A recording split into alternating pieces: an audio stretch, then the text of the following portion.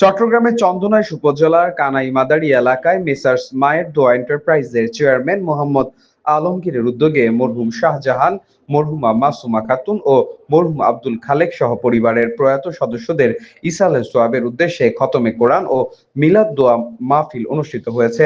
শুক্রবার সকালে আয়োজিত এ দোয়া মাহফিলে দেশ ও মুসলিম উম্মার শান্তি সমৃদ্ধি কামনায় বিশেষ মোনাজাত করা হয়।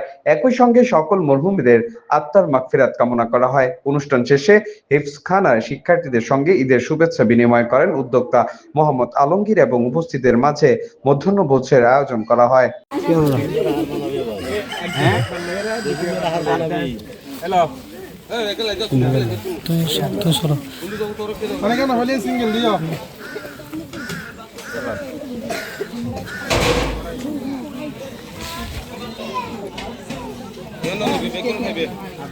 Ayo. Sana ba senelo na beles?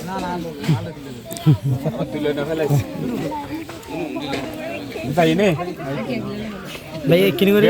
যারা না পায় হইলেও দৈনিক আজকের বাংলা .net